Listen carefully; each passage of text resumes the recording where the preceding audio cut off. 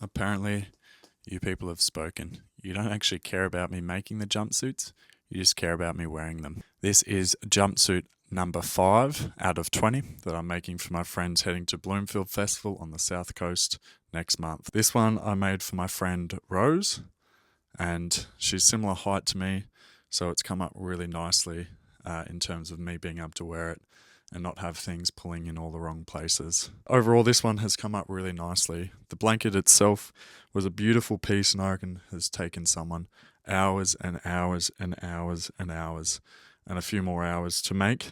It's got all this ribbing throughout the whole blanket.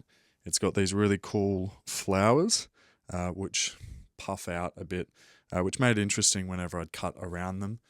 Just because all of a sudden you'd end up with all this extra fabric that you had to deal with. So when it comes to pattern placement with these suits, it's probably what I spend the most amount of time doing. Just sitting, looking at the blanket, thinking about and visualizing different ways I can use the pattern to my advantage with the jumpsuit. There's a few constraints with this one that I want to hit. The first one was maintaining that factory scalloped edge, or as I'm told in every comment section, that it is the original crocheted edge by the poor person that crocheted this whole thing and spent hours and hours on it. The second one is trying to utilize these flower sections for two reasons. So I want to have a flower on each of the arse cheeks, and secondly, I want to try and get a flower around the breast area. Firstly, I think visually it looks a lot better. Secondly, a practical one is, as I mentioned earlier, these flowers have a lot more extra fabric and sort of like balloon out.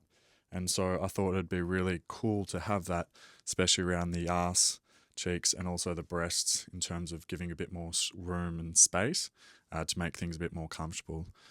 And I've alternated the blues between the darker blue and the lighter blue to sort of match the different blues on the jumpsuit itself.